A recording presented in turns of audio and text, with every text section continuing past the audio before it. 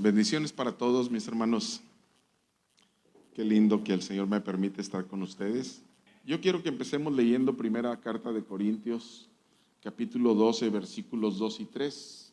Dice, sabéis que cuando erais gentiles, o sea, cuando no conocíamos a Dios, cuando estábamos apartados, cuando estábamos muertos en delitos y pecados, cuando todavía no teníamos un encuentro personal con Jesucristo, dice, aunque realmente la palabra gentil simplemente es no judío, ¿verdad? Cuando eres gentiles, se os extraviaba, llevándoos como se os llevaba a los ídolos mudos. Por tanto, os hago saber, dice el siguiente versículo, que nadie que hable por el Espíritu de Dios llama anatema a Jesús. Y aquí está lo interesante del pasaje. Y nadie puede llamar a Jesús Señor, sino por el Espíritu Santo. Entonces, al iniciar este recorrido por las Escrituras, lo primero es que nosotros adoramos, exaltamos y alabamos al Señor porque el Espíritu Santo está dentro de nosotros. Una persona que no tiene el Espíritu Santo no puede glorificar al Señor. Tal vez aparentemente lo haga, pero glorificar al Señor no es solamente cantar y no es solamente decir, sino es someterse. Cuando hablamos del señorío de Jesús, o sea, llamar a Jesús Señor es renunciar a nuestra vida natural, a nuestros deseos, a nuestros propósitos, para incluir los deseos y los propósitos de Dios en nuestra vida y que sea lo único que nos interesa a nosotros. Es venderlo todo para comprarlo a Él, para recibirlo a Él, y que Él sea el que gobierne nuestros corazones. Si alguno quiere ser su discípulo, niéguese a sí mismo, tome su cruz cada día y sígalo. Amén, porque dijo el apóstol, para mí el vivir es Cristo y el morir es ganancia. Quiero llevarlo a este pasaje, son varios versículos, Lucas 24, 36 al 49, y decidí leerlo completo para ver más claramente en los últimos versículos. Pero dice, mientras ellos aún hablaban de estas cosas, Jesús se puso en medio de ellos. Ya sabemos que Jesús resucitó, ¿verdad? Y ya apareció a los apóstoles, a los discípulos, y ahora les está dando instrucciones en esos 40 días después de su resurrección. Entonces ellos estaban todos juntos por ahí, dice, estaban platicando, estaban hablando de lo que había sucedido. Entonces Jesús se puso en medio de ellos. Mire qué interesante, ¿verdad? Ya había sido crucificado, ya había sido puesto en la tumba, pero ya había resucitado. Entonces ellos, ¿qué sucedió cuando Él se puso en medio de ellos y les dijo, paz a vosotros? Pues estaban muy turbados, estaban muy asustados, ¿verdad? Porque todavía no habitaba en ellos el poder para hacerlos ser tan valientes como lo fueron después en la historia, en el libro de los Hechos. Pero dice, paz a vosotros. Entonces, espantados y atemorizados, pensaban que veían espíritu. Pero Él les dijo, ¿por qué estáis turbados y vienen a vuestro corazón estos pensamientos? Mirad mis manos y mis pies, que yo mismo soy. Palpad y ved, porque un espíritu no tiene carne ni huesos, como veis que yo tengo. Y diciendo esto, les mostró las manos y los pies, y como todavía ellos de gozo no lo creían y estaban maravillados, les dijo, ¿tenéis aquí algo de comer? Entonces le dieron parte de un pez asado y un panal de miel, y él lo tomó y comió delante de ellos. Y les dijo, estas son las palabras que os hablé, estando aún con vosotros, que era necesario que se cumpliese todo lo que está escrito de mí en la ley de Moisés, en los profetas y en los salmos. Y fíjese, después de caminar tanto con Él, hasta este momento les abrió el entendimiento. Qué tremendo. Él hace estas cosas maravillosas y esto es lo lindo de caminar en el Señor. Alguien dice, no, es que uno se aburre, uno pierde el entusiasmo. No es cierto. Cuando uno va viendo el mover de Dios en nuestras vidas, cuando Él se va revelando en nuestros corazones, cuando vamos viendo sus maravillas y cómo hace las cosas, cada día tenemos más entusiasmo, cada día hay más fuego, cada día hay más deseos. porque Él es el que produce en nosotros el querer, pero no solamente querer, porque muchas veces hay muchos deseos, pero también ¿qué? El hacer. ¿Por qué? Porque esa es su voluntad y es una voluntad buena, dice las Sagradas Escrituras. Iba leyendo donde dice, entonces les abrió el entendimiento para que comprendiesen las Escrituras y les dijo, así está escrito y así fue necesario que el Cristo padeciese y resucitase de los muertos al tercer día y que se predicase en su nombre el arrepentimiento y el perdón de pecados en todas las naciones, comenzando desde Jerusalén. Y vosotros sois testigos de estas cosas. Y luego les dice, he aquí, yo enviaré la promesa de mi Padre sobre vosotros. Ahí es donde viene la transformación. Ahí es donde viene el cambio. Ahí es donde aparece el perdón, ¿verdad? Por las ofensas que otros nos hagan y reconocemos lo que nosotros hacemos y pedimos también perdón. Ahí es donde viene la transformación de nuestras vidas en esa actividad maravillosa del Espíritu Santo en nosotros.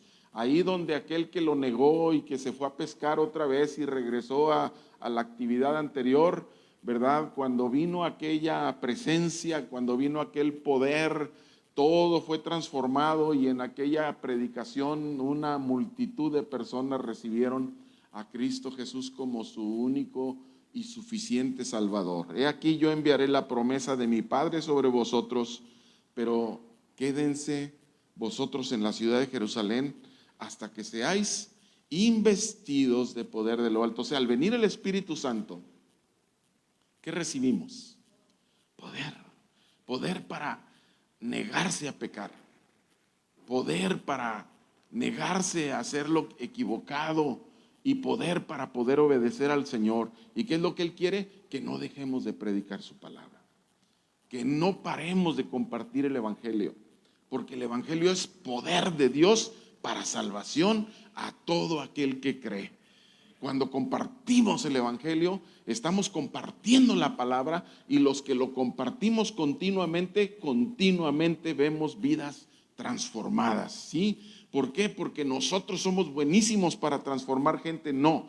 Porque el que habita en nosotros fluye de nosotros a través de la bendita palabra y el Espíritu Santo penetra en las personas que están escuchando la palabra y empieza a producir fe en esas personas y una transformación maravillosa sucede en sus corazones, así como sucedió en el mío y en muchos de ustedes. En Hechos 2 versículos 17 y 18 dice, en los postreros días. ¿Cuándo se llegaron esos postreros días? Hoy. ¿Qué está haciendo Dios hoy? Bueno, aquí se profetiza. Y en los postreros días dice, ¿quién? Dios. Derramaré de mi espíritu sobre toda carne. O sea, anciano, adulto, joven, niño, cualquier nacionalidad, ¿sí? Cualquier posición social, con educación secular o con poca o con casi ninguna, no importa, lo que importa es la persona, lo que importa es el ser humano, lo que importa es la mujer, lo que importa es el hombre, aleluya. Y que es la promesa del Señor que toda carne, toda persona va a recibir el Espíritu Santo para que el Espíritu Santo nos lleve a confesar continuamente que Jesús es el Señor y a vivir para Jesús como Señor. O sea, lo que tú digas y lo que tú mandes, Padre bendito. Lo que tú digas y lo que tú mandes, Jesús, yo estoy a tu disposición. Si tú dices cierra aquí y abre allá, yo cierro aquí y abro allá. Si tú dices muévete de aquí para allá, yo me muevo de aquí para allá. Así como la nube Cuando estaban en el desierto se movía de un lugar para otro, la columna de fuego se movía y el pueblo seguía la nube, el pueblo seguía la columna de fuego. Así nosotros seguimos con entusiasmo, con ganas, con vida, el mover del Espíritu Santo. Y nos hacemos sensibles conforme lo vamos conociendo, nos hacemos sensibles conforme vamos caminando con Él, nos hacemos sensibles de tal manera que entendemos el más mínimo murmullo del Señor en nuestro corazón para avanzar en la voluntad que Él nos muestra a cada uno de nosotros. Déjeme le digo, la vida en el Señor es emocionante. Si usted quiere una vida emocionante y quiere aventuras fuertes, dele todo al Señor. Aleluya, es maravilloso. Dice el pasaje que entonces, ¿verdad? Dice, y vuestros hijos y vuestras hijas, ¿qué? Profetizarán. Esto quiere decir, predicarán. Vuestros hijos y vuestras hijas predicarán, porque profetizar es predicar. Amén. Profetizar es hablar la palabra. Y cuando la palabra es predicada, el Espíritu Santo hace la obra en la persona y empiezan a suceder cosas y cosas maravillosas. Entonces vamos adelante, hermanos, y quiero enfocarme en algunas formas en que el Espíritu Santo trabaja en nosotros. Y vamos a la primera, hermanos, la primera forma en que Él trabaja es que Él nos enseña todas las cosas. ¿Qué dice San Juan 14:26? El Consolador, porque así se le llama al Espíritu Santo. Mas el Consolador, el Espíritu Santo, a quien el Padre enviará en mi nombre, porque acuérdense que en este pasaje todavía Jesús no ha ido a la muerte y no ha resucitado. Entonces iba a ser enviado y fue enviado en el día de Pentecostés. ¿Estamos de acuerdo? Entonces Él dice, mas el Consolador, el Espíritu Santo, a quien el Padre enviará en mi nombre, Él os enseñará todas las cosas y os recordará todo lo que yo os he dicho. ¿Sabe qué sucede cuando empiezas a compartir la palabra? Empiezan a fluir pasajes de las Escrituras y se acomodan tan perfectamente a la necesidad de la persona con quienes te estás compartiendo, que hasta parece que eres graduado de algún doctorado en Harvard o en alguno de esos lugares. Fuiste a la Universidad de Oxford o algo así, porque oye, sale tan perfecto, pero estoy disminuyendo al Espíritu Santo diciendo estas cosas, porque ni Oxford ni Harvard se pueden comparar a la presencia del Espíritu Santo en nuestra vida. Entonces, cuando somos constantes, cuando somos decididos, firmes y estamos ahí con la palabra en el devocional diario, no le hace, dice uno, pues no memorizo, tú no memorizas, pero tu espíritu se está llenando y es como meterle información a la memoria. El Espíritu Santo sabe cómo manejar todo el asunto para que cuando haya necesidad sale de todo aquello que uno, ¿verdad?, se instruyó en la palabra y empieza a fluir. Entonces, qué bendición, porque el Espíritu Santo hace una obra maravillosa. Luego, lo segundo, hermanos, siempre el Espíritu Santo va a testificar acerca de Jesús. No hay otra obra más maravillosa que el Espíritu Santo obre para mencionar a Jesús. Por eso, cuando Jesús, hermanos, fue bautizado por Juan en el Jordán, apareció en esa nube la voz del Señor que dijo, este es mi Hijo amado, en quien tengo complacencia. Y una vez más aparece en el monte de la transfiguración. Pero en el bautismo no solamente aparece la voz del Padre diciendo, este es mi Hijo amado y a él oíd, ¿verdad?, como lo hizo en el monte de la transfiguración, sino que aparece ¿quién?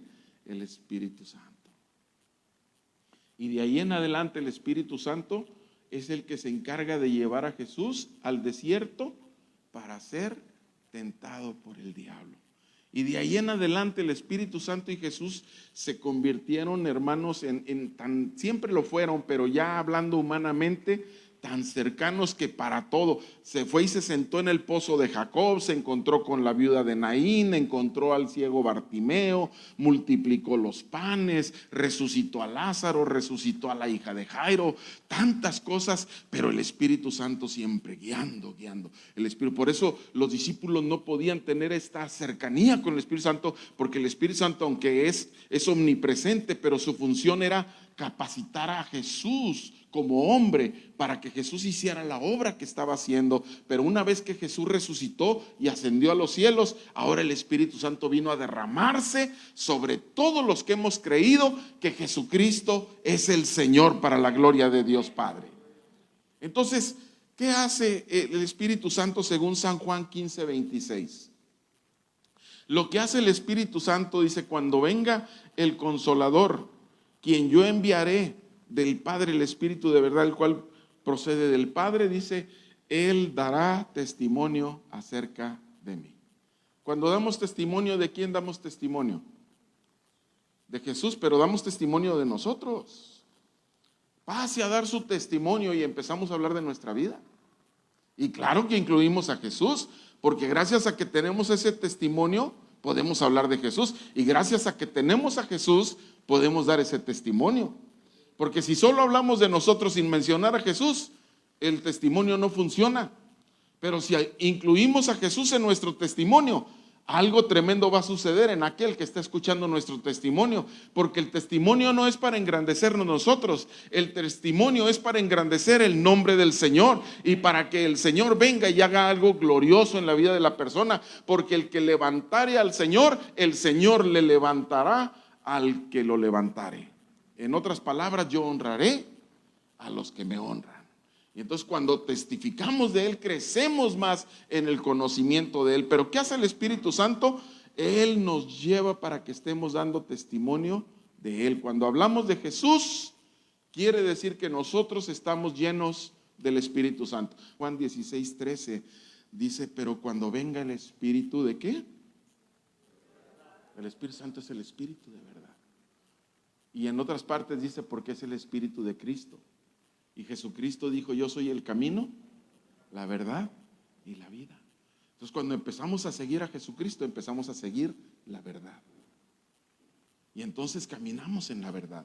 Pero caminamos en la verdad porque tenemos al Espíritu Santo, ¿dónde? En nosotros. Qué interesante. Pero cuando venga el Espíritu de verdad, Él los guiará a toda la verdad, porque no hablará por su propia cuenta. ¿Se da cuenta que Jesús no habló por su propia cuenta? Jesús dijo que Él hablaba todo lo que oía de su Padre. ¿Y qué hace el Espíritu Santo? Otra vez, el Espíritu Santo viene en nosotros y nos empieza a decir todo lo que habla nuestro Padre. Y empezamos a entender cosas tremendas en su palabra.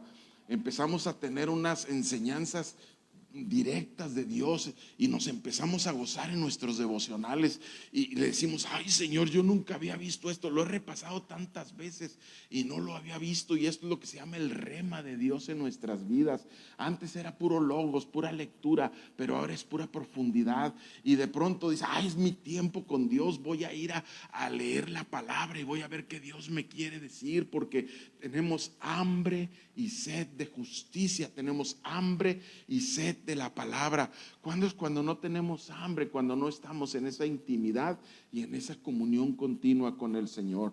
Entonces ahí, hermanos, en San Juan 16:13 dice, pero cuando venga el Espíritu de verdad, Él los guiará a toda la verdad, porque no hablará por su propia cuenta, sino que hablará todo lo que oyere y os hará saber las cosas que habrán de venir. ¿Cuáles son las cosas que habrán de venir? Pues que Jesucristo viene. En cualquier momento la iglesia va a ser arrebatada. En cualquier momento, hermanos, todo va a ser transformado en este mundo. Las señales ya se cumplieron y el Señor está cerca. Pero el Espíritu Santo es el que nos enseña, hermanos, todas estas cosas, porque es Dios en nosotros. ¿Sí? Como dice en Efesios capítulo 4, un Dios, ¿verdad?, que viene, que ha estado sobre nosotros, ha estado por nosotros, pero ahora está en nosotros. Entonces es maravillosa esta relación que nosotros tenemos por el Señor, con el Señor, pero la tenemos por su gracia. Y por último, hermanos, el cuarto, te haré saber las cosas que vienen. San Juan 16, 13 al 15 dice: pero cuando venga el Espíritu de verdad, Él os guiará toda la verdad, porque no hablará por su propia cuenta, sino que hablará todo lo que oyere y os hará saber todas las cosas que habrán de venir. Dice: Él me glorificará, porque tomará de lo mío y os lo hará saber. Por eso es esto que mi hermano Roberto compartía de la perla de gran precio, del tesoro escondido, hermanos, porque el Evangelio es algo maravilloso. Son las buenas noticias, es lo que el Señor ha hecho en nuestras vidas. Dice: todo lo que tiene el Padre, dijo Jesús, es mío. Por eso dije que tomará de lo mío y os lo hará saber. O sea, del Padre que le dio al Hijo, pero lo del Hijo que el Espíritu Santo nos da a nosotros. ¿Habrá algún camino más maravilloso? ¿Habrá alguna forma más maravillosa de vivir? ¿Habrá algo más rico, más emocionante, algo más auténtico, algo más delicioso que el Espíritu Santo en nuestra propia vida? No lo creo. No hay nada. Muchos hemos tenido la oportunidad de probar muchas cosas en la vida, aunque nadie ha podido probar tanto como probó el rey Salomón. Pero Salomón, de todo lo que probó, al final dijo: todo es vano, todo está vacío, todo esto no tiene ningún sentido. Pero termina su relato en Eclesiastés diciendo: el fin de todo el discurso oído es este: teme a Dios y guarda su palabra. Teme a Dios y guarda sus mandamientos. Entonces, estas son las 4 formas, hermanos, que menciono hoy en este día, para que nosotros sepamos, primero, hermanos, que Él nos enseña todas las cosas, que siempre Él va a estar testificando acerca de Jesús, que Él nos va a guiar a toda la verdad y que Él hará saber en nuestra vida las cosas que habrán de venir.